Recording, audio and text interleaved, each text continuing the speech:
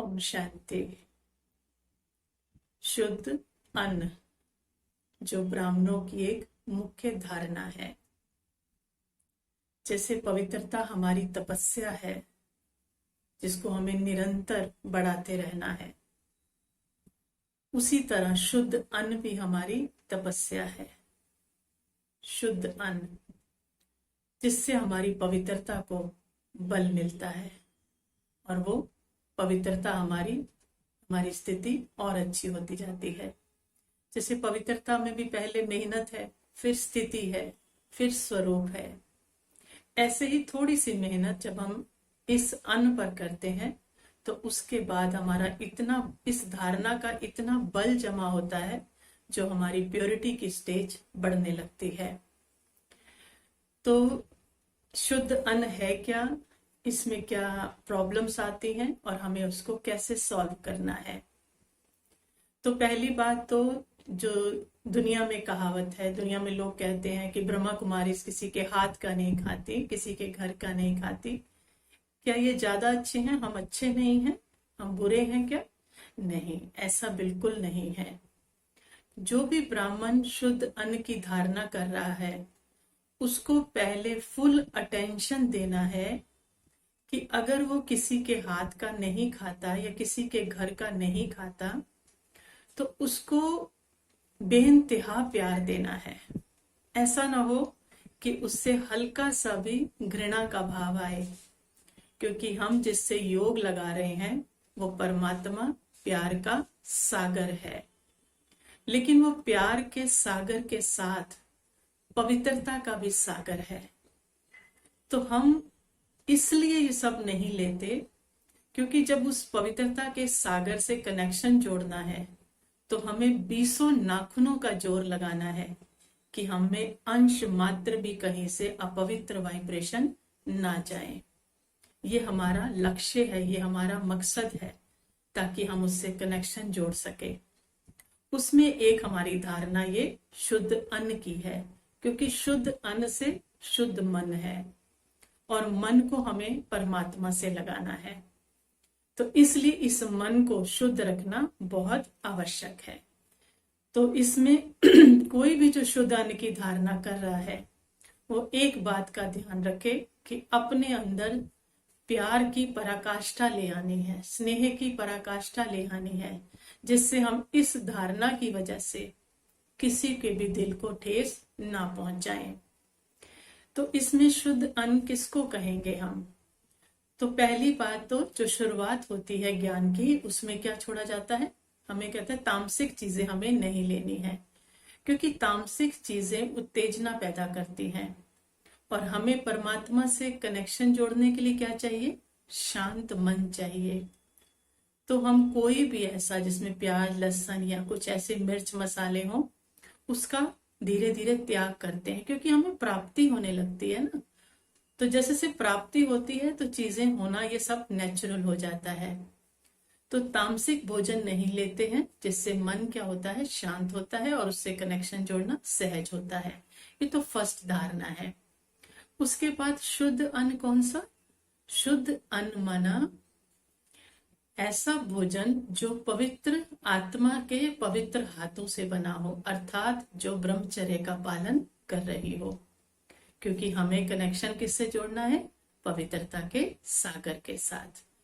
तो अगर कोई पतित आत्मा बनाती है, विकारों में जाने वाली आत्मा बनाती है, तो उसके वाइब्रेशन उस खाने में आ जाएंगे, जिससे कि हमें उस पिता से कनेक्शन जोड़ने में दिक्कत आएगी, क्योंकि हम पुरुषार्थ क्या कर रहे हैं? पवित्रता का। हमारी तपस्या क्या है? पवित्रता। तो इसके लिए हमें उन हाथों का खाना है। दूसरा, जो अन्न बना रहा है उसकी मानसिक स्थिति कैसी है? क्योंकि मानसिक स्थिति का वाइब्रेशन जो है वो सारे खाने में जाता है। अगर मान लो उसमें क्रोध है या लोभ है या मोह है, तो वो वाइब्रेशन सारी उसके अंदर जा रही है और वो वाइब्रेशन का बना हुआ खाना जो खाएगा उसकी स्थिति भी वैसी ही हो जाएगी, क्योंकि खाने में सारी वाइब्रेशन जाती है जैसा हम सोच रहे होते हैं। तभी आज देखिए कि आज हर बच्चे में किस चीज की दौड़ लगी हुई है? पैसे की। कितना बड़े से बड़ा पैकेज हो, सुविधा क्या हो, आराम क्या मिलना है, हम कूल है कि नहीं है, लेकिन पैकेज देख रहे हैं। सफलता किससे गिनी जाती है? पैकेज से। तो कारण क्या है कि आज जो बच्चे बाहर का इतना खाते हैं, तो बाहर का खाना क्या है, जो भी बना रहा है, उसको पका रहा है, उसका लक्ष्य क्या है? पैसा कमाना। तो वही उसकी वाइब्रेशन बच्चों में आ जाती है, और वो फिर धीरे धीरे बच्चों में क्या, सभी खा रहे हैं, तो सबके अंदर पैसा पाने की क्या लगती जा रही है? होड़ लगती जा रही है। कमाना बुरा नहीं है, लेकिन होड़ लगना, अपना उसके लिए अपनी जो वैल्यूज हैं उनको खत्म कर देना, वो क्या है? वो गलत है। तो ये सब होता जा रहा है। और शुद्ध अन्न जो बाबा के बच्चे खाएं, तो वो शुद्ध अन्न क्या है? जो एक गुप्त रीति से बना हो, बाहर से लाया हुआ नहीं, गुप्त रीति से बना हो, और फिर उसको परमात्मा को भोग लगाकर स्वीकार किया जाए। क्योंकि जितना हमारे बस में है वो तो हम कर सकते हैं ना, क्योंकि वो किन हाथों से आ रहा है, किस तरह की वाइब्रेशन से आ रहा है, जब तक मार्केट में आएगा हम खरीदेंगे, उसमें कितने तरह के नेगेटिव वाइब्रेशन समा जाते हैं। तो हमें उस अन्न को शुद्धता से बनाकर, उस परमात्मा की याद में बनाकर, और उसमें फिर भी हो सकता है हमारी याद बीच बीच में टूटे, तो उसके बाद उसकी शुद्धि के लिए क्या करना है? उसको परमात्मा को भोग लगा देना है। और भोग लगाने के बाद भी उसको क्या करना है? खाने वाले का भी क्या हो? उसकी याद में खाए। तो वो अन्न जो अंदर जाता है वो क्या बन जाता है? बल बन जाता है आत्मा का। आत्मा में शक्ति आने लगती है, उसको समझ नहीं आती उसके अंदर ये पावर क्यों बढ़ती जा रही है। और दूसरी बात जो कहते हैं कि हम अगर कहीं जाते हैं तो हमें कोई नाराज होता है, हमें खाना पड़ता है, तो कोई नाराज नहीं होता है। क्योंकि अगर हम जा रहे हैं, अगर मान लो कोई सिंगर है, वो अपनी अभ्यास कर रहा है और बहुत ऊंचाई पे जा रहा है, उसको कोई कहे तुम चिल्ड पानी पी लो या ये खट्टा खा लो, तो वो क्या कहेगा?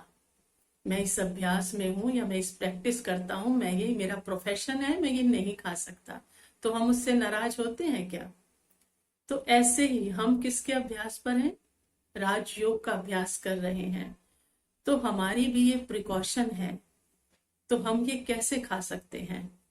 तो हमें ये स्वीकार नहीं करना है, क्योंकि बाहर की वाइब्रेशन में बना हुआ, विकारी वाइब्रेशन में बना हुआ अगर थोड़ा सा भी खा लिया तो बहुत सारी तपस्या को वो नष्ट कर देगा। ये जिन्होंने अनुभव किया है वो इस बात को समझ सकते हैं।